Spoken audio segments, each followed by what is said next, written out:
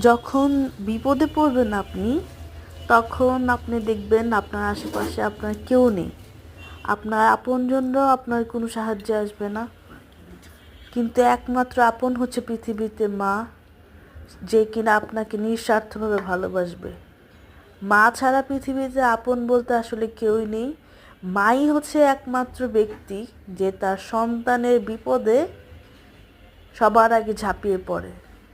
তাই আমাদের উচিত মা যতদিন বেঁচে থাকবে, মা যাতে কোনো কষ্ট না পায়, বা মায়ের যে ছোট ছোট চাওয়া পাওয়াগুলো আছে তা যেন আমরা পূরণ করতে পারি।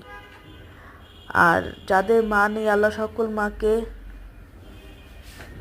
জান্নাতুল ফেরদৌস দান করুক। আর যাদের মা জীবিত আছে, আল্লাহ তাদেরকে নিয়ে তার মার সেবা করার বা তার মার শখ পূরণ করার তৌফিক দান করুক। আল্লাহ সকল মাকে ভালো রাখুক।